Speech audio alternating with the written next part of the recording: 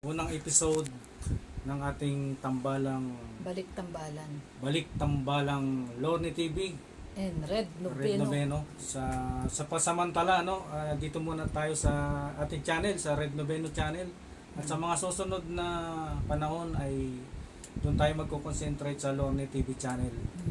At pupulsuhan natin yung mga issue, yung mga kaganapan na upload ni Kuya Bal, base sa kanyang instruction. Tayo ay magre-reaction sa kanyang mga upload video At saka live ayan. Live video and upload video niya. So, bali tayo ay magiging official reactor ni Kuya Bal. Medyo matagal din, medyo matagal din tayong hindi nakapag reaction video. At ito po yung pasimula ng aming channel, Yung ating Balik Tambalan Balik Tambalang Lorne TV, and Red Noveno. sa pagbabalik Ano yun? sa kanyang Sa puno ng mga balita, yan, at mga opinion. opinion at mga ulo ng mga balita. Ayan. So, tatanungin natin ngayon ang yung ating mga viewers. Pupulsuhan po natin kung ano nga ba ang posible. Yung mainit na Oo. pinag-uusapan ngayon Yan. sa community, di ba? Siyempre. Meron po tayong mainit na pinag-uusapan Pabasa, ngayon. sandali. So ang ating pinakamainit na topic, 'di ba? Ang pag-alis, no? Yung Pagbawi. pagbawi pala, no? Yung Oo, pagbawi. nalalapit na pagbawi. Oo, ngayon ay sa kasalukuyang sila ay mag-uusap Nag-uusap, no? Nag-uusap sa na. police station, kaya habol tayo ng opinion. Ano mga ba po, pwede tayong maglagay ng mga opinion natin diyan kung anong saloobin natin, kung anong posibleng mangyari kay Reyna, kung mapunta sa nanay niya na alam naman natin na medyo kapos sa kabuhayan, at ano ba ang posibleng mangyari kay Reyna? Bumalik ba yung kanyang karamdaman o masuportahan siya ng mga nangako sa kanila, Yan ang pupulsuhan natin dito sa episode na ito na pagbabalik ng Tambalang Lorne TV. at Red Noveno. Ayan. Yan, syempre ito po napakagandang topic po nito at actually, ang naging ganyo nga sa atin itong magbalik tayo sa Tambalang Lorne TV at Red Noveno ay si Kuya Bal po mismo, ang naging ganyo sa atin na balik Tambalang Lorne TV at syempre Red Noveno. Red Noveno. Ayan. At shout out sa ating 55 live viewers. Meron na bang nagpahatid ng kanyang mga opinion? Ay, sabi ni Jose Garcia, wakwak yan. Sino wakwak? Wakwak daw yun. Ayan, Oo. So hindi totoo naman 'yon, katulad po ng interview natin, kay Kapromdi kagabi. Oo. Pinremiere niya, 'di ba, yung interview niya sa atin. Alam naman po natin 'yon na yun nga po, merong nasa likod niyan. Hindi naman po makakaisip yung nanay ni Reyna, yung biological mother ni Reyna, ng kaagad-agad na babawiin si Reyna kung wala po sa likod nasa likod noon. Nasa likod. Meron po talagang nasa likod. Yun. At base sa ating nalaman, na ang kabuhayan nitong nanay ni Reyna ay hindi naman sasapat para sa kanyang mga anak at sa pagbili ng gamot ni Reyna, Kaya posible yung sinasabi ng ating bubuit na ito ay pinondohan, may gustong magpondo rito at pinangakuan. So, inopen naman ni Roda na talagang maraming nakarating kay Roda na maraming pangako doon sa nanay ni Reyna. Pinangakuan daw na bibilihan ng sasakyan, papagawa ng bahay, bibilihan ng sasakyan, So, alam naman po natin, guys, ulitin ko ulit, katulad na sabi ko sa live ko kagabi, yung history, yung history po, na sabi nga nila, history repeat itself, Kasi nga nangyari na po yan ng ilang beses, sa Kalingap, na mga nawakwak yung mga beneficiary ng Kalingap. May mga sponsor na mga kumuha, at nung nakuha na, at ilang buwan lang actually yung tinatagal hindi ba tumatagal ng taon? Wala pa sa history kasi base sa mga nangyari dito, yung mga wakwakan na dinala pa sa ibang lugar. Niluwas pa ng Maynila. Hindi po tumagal. pinakamatagal na yung 3 months, nag-aaway na ulit eh. After 3 months. Nandiyan na sila paring Kaprondo. Yan. Ayan, shout out. Nandiyan din si Sampagita, Yahoo, thumbs up. So, ganun na nga, At, kung sakaling ito tuloy, ano pangalan niya? Ni Melody. Melody. Parang awan nyo na Melody. Kung talagang mahal nyo po si Reyna, At ito ay nakita nyo naman yung improvement sa effort ni Kalinga Prab, ni Kuya Bal at ni Roda, At tatlo po yung nagtulong-tulong na yan. Tatlo po silang nag-effort diyan para ito si Reyna ay talagang yung improvement na nakikita natin, nagbabasa, kumakanta, nagsasayaw, at yung pag kinausap mo siya, yung conversation niya talaga ay eye to eye, Kasi makikita mo yung hindi normal lampas yung tingin, lumalampas po yan.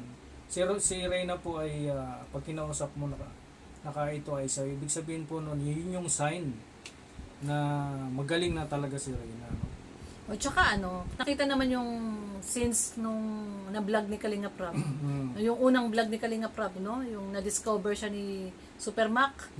Tapos in-endorse kay Kalinga Prab. Nakita naman from doon sa episode 1, sa part 1, nakita naman kung gaano talaga yung kumbaga yung yung ang tawag doon, yung bigat.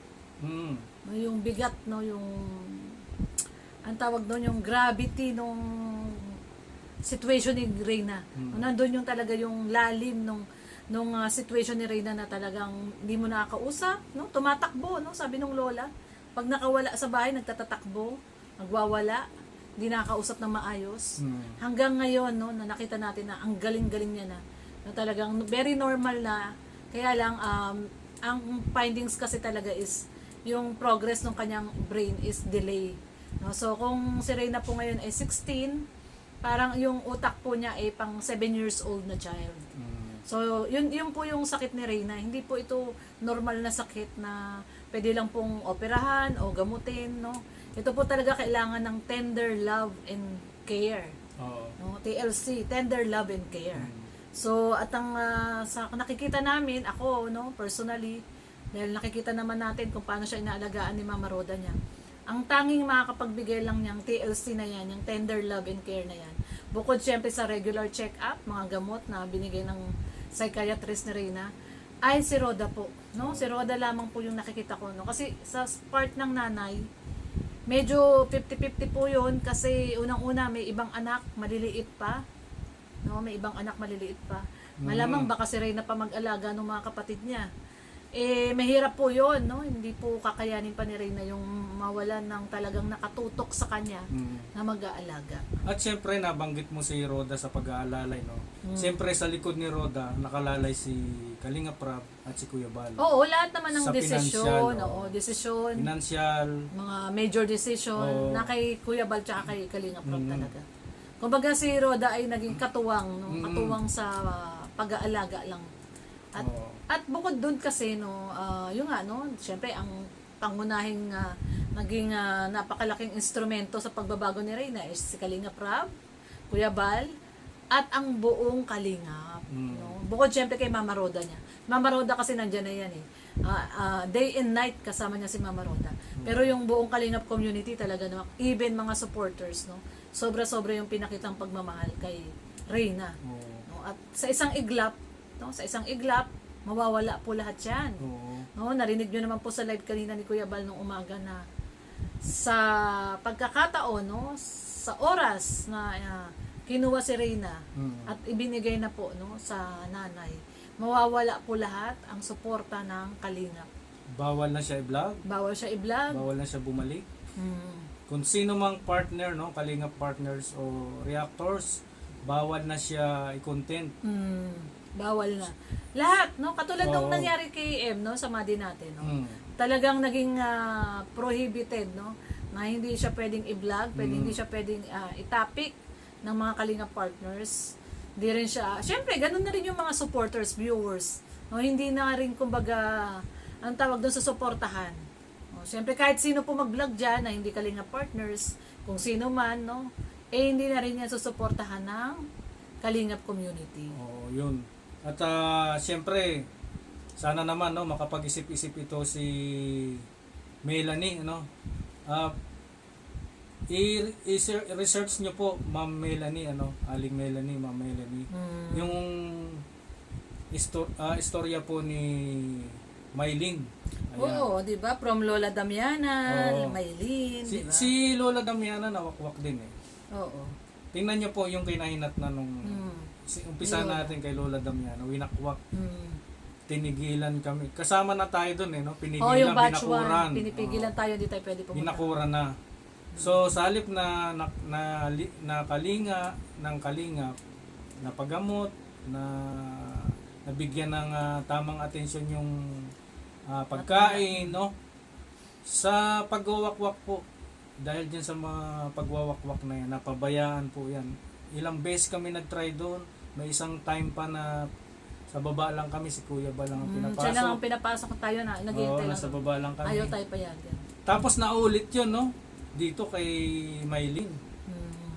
Sayang po kasi yung mga bata ang nagsasakripisyo sa mga ganitong sitwasyon. Actually, hindi lang yan. Hindi lang nag-umpisa kay Lola Damiana, kay M, no? Kay Madi natin, no? Kay Maylin. Kung naalala mo, no, si Jimel din, di ba? Nawakwak din yan. Ang nangyari lang kay Jimel, pinaglaban talaga ni Kalingap Rob yan. Hindi pumayag si Kalingap Rob na maiwan doon, no, talagang. Kasi parang si Kalingap Rob, anak niya si Jimel eh. Panganay niya, actually, panganay ni Jack and Rob yan eh. No, si Jimel. Ang turing talaga nila dyan, anak. So, pinaglaban lang talaga ni Kalingap Rob yan, si Jimel, na hindi po pwedeng makuha sa kanya. Tingnan nyo naman po ngayon yung bata. No, si Jimel. Oo, Lumalaki na. po, no, lumalaki binata na ngayon. Binata Lumalaki po ng may takot sa Diyos. Napaka yung achievement niya sa school, no, nakita niyo naman po. Nag-aaral lang mabuti sa isang magandang eskwelahan, private school, no, private school. At nakita niyo naman yung pagbi-bring up ni Jack at saka ni Kalingap Rob sa anak nilang si Jimel kasi panganay na nila yan eh. Pag nakakausap niyo po yung bata nung nakaraan, di ba, dinala diyan ni Kalingap Dan. Napakagalang na bata, napakabait. Marespeto po talaga, no? Talagang yung future niya. Actually, ang gusto niya, sabi niya, gusto niya maging piloto. No, gusto niya. Yun yung pangarap niya. Gusto niya maging piloto. Eh syempre guys, kung pinabayaan ni Kalingap Rob yan, hindi pinaglaban. Yung ambisyon ng bata na maging piloto, tingin niyo po ba? Nandun na siya eh, nandiyan na siya ngayon eh, no? Pabinata na. Pagkatapos ng high school niyan, magkukuleyo na yan. Yun na yung time na nangangarap na kung anong gusto niya maging paglaki niya, eh, no? Yun na yung stage nung edad niya, no? At siyempre, meron pa diyan, may isa pa, yung si Lola, yung walking si Lola. Pangalan nga nila, Walking Lola.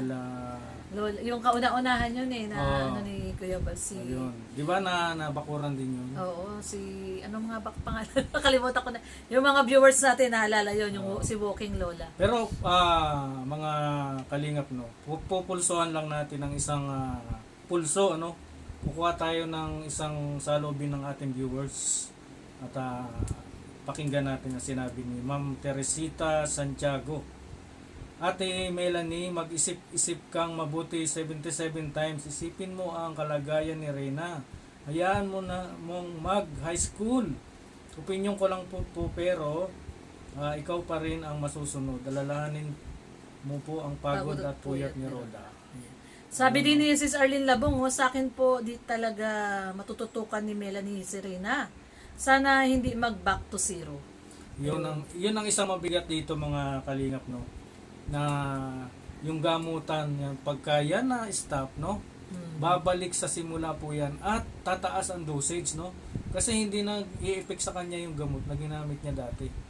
Yun po ang isang mahirap dito sa desisyon na gagawin nito ni Ma'am Melanie, ano? Ayan, sabi pa ni Mami Ayu, Mami Ayu, shoutout, sabi niya, tama po kayo, Kalorni. TLC ang kailangan ni Reyna kasi ganyan din sakit ng pamangkin ko. Kailangan nila ng attention at appreciate sa lahat.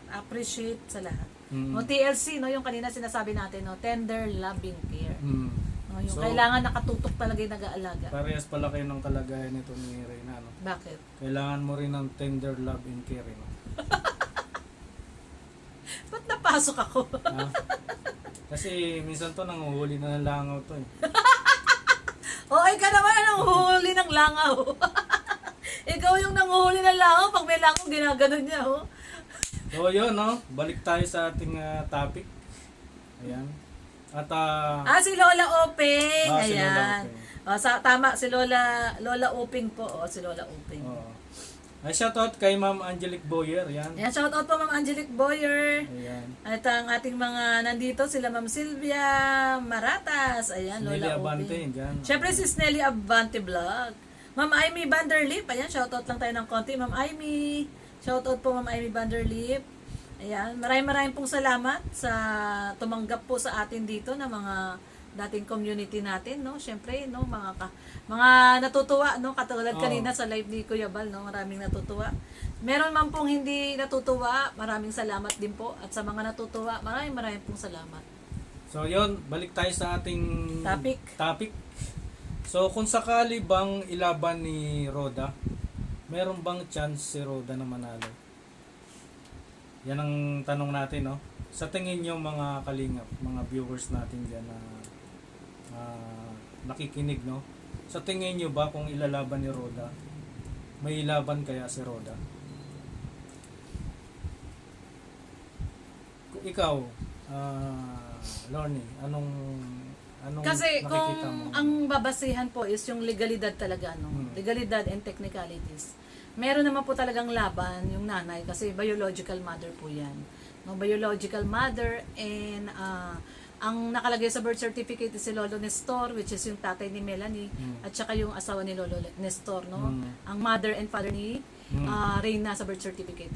Pero yung nga po, no, kung ang babasihan po is legality, no, and yung mga technicalities, no, with regard sa legalities, may karapatan po talaga yung biological mother.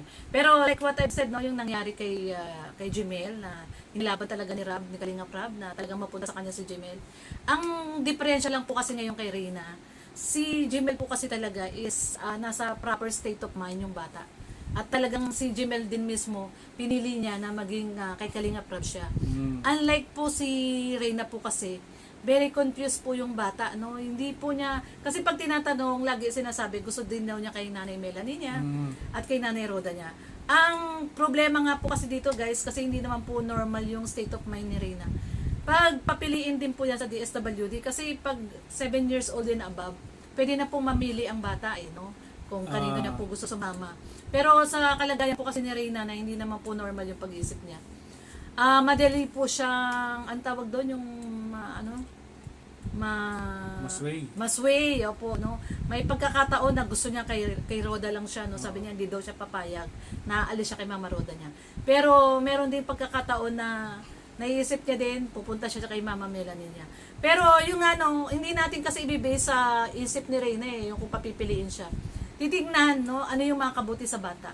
No, kung sa DSWD kasi po yan guys, i-assess yan I-assess po talaga yan kung saan po ba mapapabuti yung bata. Hindi, pero alam mo kung saan mas maganda? Sa police.